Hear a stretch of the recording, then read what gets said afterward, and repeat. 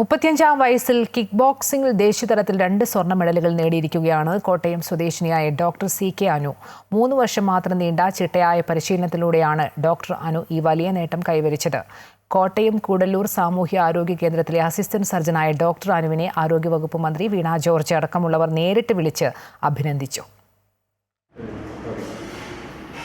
32-ാമത്തെ വയസ്സിൽ kick ബോക്സിങ്ങിൽ practising തുടങ്ങി 35-ാം വയസ്സിൽ നാഷണൽ ലെവലിൽ 2 ഗോൾഡ് മെഡലുകൾ നേടിയ ഒരു വനിതയാണ് ഇന്ന് നമ്മോടൊപ്പം ചേരുന്നത്. ഈ വിജയത്തിൻ്റെ ഇരട്ടി മധുരം പങ്കുവയ്ക്കുന്നതിനായി കൂടല്ലൂർ സാമൂഹ്യ ആരോഗ്യ കേന്ദ്രത്തിലെ അസിസ്റ്റൻറ്റ് സർജനായ ഡോക്ടർ അനു ആണ്. അനുവിനോട് നമുക്ക് ബോക്സിങ്ങിൻ്റെയും വിജയത്തിൻ്റെയും വിശേഷങ്ങൾ ചോദിച്ചറിയാം.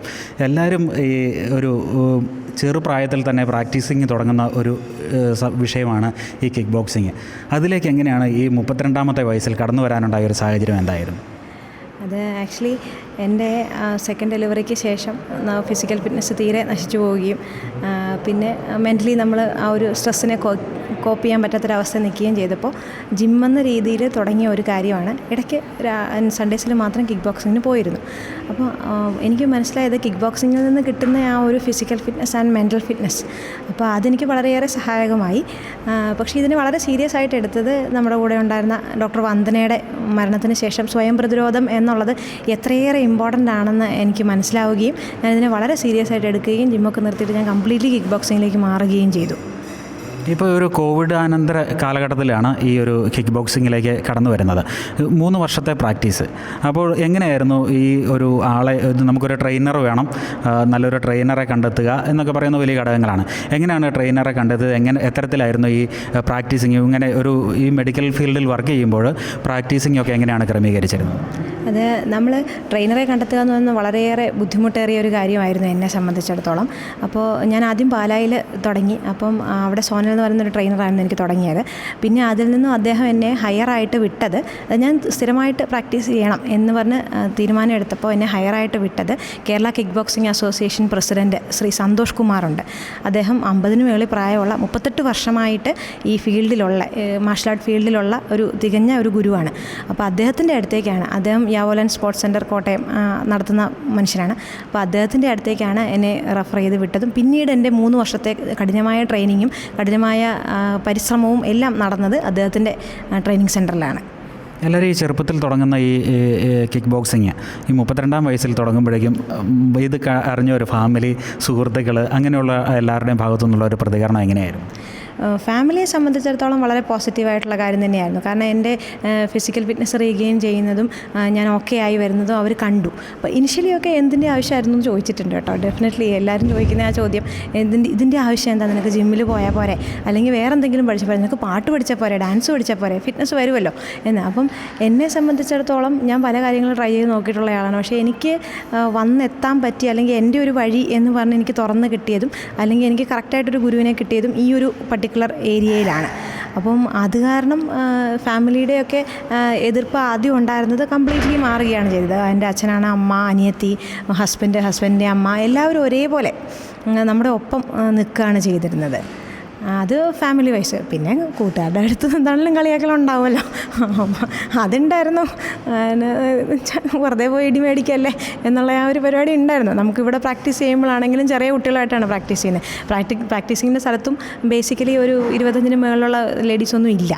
അപ്പം ഡെഫിനറ്റ്ലി ഇടി കൊണ്ടാണ് ഇടി പഠിച്ചത്. ഇപ്പോൾ ഈ ഒപ്പോണൻസൊക്കെ ഒരു പക്ഷേ വലിയ പ്രായ അന്തരമുള്ള ആളുകൾ തമ്മിലായിരുന്നു മത്സരിച്ചിരുന്നത്. അപ്പോൾ എത്ര പേരൊക്കെ ആയിട്ട് മത്സരിക്കേണ്ടി വന്നു? ഏറ്റവും അവസാനം ഫൈനലിലേക്ക് വന്നപ്പോൾ, 2 മത്സരത്തിൽ ഫൈനലിലേക്ക് വന്നപ്പോഴത്തെ ഒരു മത്സരമൊക്കെ എങ്ങനെയായിരുന്നു? അത് നമ്മൾ പടിപടിയായിട്ടാണ് ഇത് മുകളിലേക്ക് കയറി വരുന്നത്. അപ്പം ഡെഫിനറ്റ്ലി യങ്ങറായിട്ടുള്ള ഒപ്പോണൻസ് ആണ് ഉള്ളത്. ഫൈനൽ ഒപ്പോണൻ്റ് ഈ കുട്ടിയായിരുന്നു. അതായത് മണിപ്പൂരിൽ നിന്ന് വന്ന, മണിപ്പൂർ കോച്ചിൻ്റെ മകളാണ്, ഇൻ്റർനാഷണൽ പ്ലെയറൊക്കെയാണ് ആ കുട്ടി. അപ്പോൾ അത് ഡെഫിനറ്റ്ലി 22 വയസ്സിന് താഴെയുള്ളതാണ്. അപ്പോൾ നമ്മളോട് ഇങ്ങനെ ചോദിച്ചിട്ടൊക്കെ ഇറക്കത്തുള്ളൂ. അതായത് ഇങ്ങനൊരു കുട്ടിയാണ്, ഇങ്ങനൊരു ഒപ്പോണൻ്റാണ്, അപ്പോൾ ഇതിനോട് ഇറങ്ങാൻ റെഡിയാണോ എന്നൊക്കെ ചോദിക്കും. അപ്പം റിങ്ങിലിറങ്ങാൻ, റിങ്ങിൽ തൊടാനെങ്കിലും അതിയായ ആഗ്രഹത്തോടെ പോയ എനിക്ക് അതൊരു വലിയൊരു ട്രോഫി ആയിട്ടാണ് എനിക്ക് ഫീൽ ചെയ്തത്. അപ്പോൾ പരാജയപ്പെട്ടു പോന്നാലും ഇത്രയും നല്ലൊരു ഒപ്പോണൻറ്റിനോട്, വൃത്തിയായിട്ടുള്ള നല്ല റെസ്പെക്റ്റബിൾ ഒപ്പോണൻറ്റിൻ്റെ അടുത്ത് പരാജയപ്പെട്ട് വന്നാലും എനിക്ക് കുഴപ്പമില്ല എന്നുള്ള രീതിയിലാണ് കയറിയത്.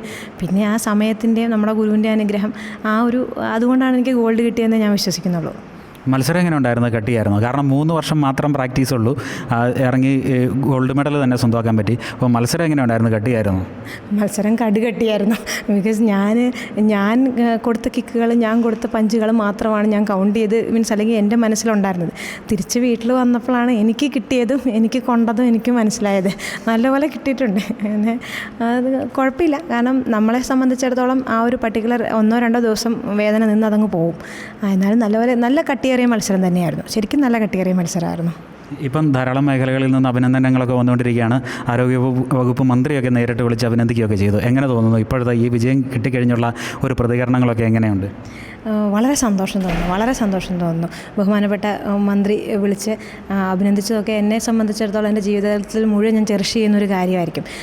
എന്ന് വെച്ച് കഴിഞ്ഞാൽ ഒരു ഫോർമാലിറ്റിയോ അങ്ങനെയോ ഒന്നുമില്ലാതെ എനിക്ക് ഒത്തിരി സന്തോഷമായി എന്നുള്ള രീതിയിൽ വിളിച്ചാണ് മാഡം തുടങ്ങിയത് തന്നെ. അതൊരു സ്ത്രീ മറ്റൊരു സ്ത്രീക്ക് നിൽക്കുന്നതായിട്ടാണ് എനിക്ക് പലപ്പോഴും തോന്നിയത്.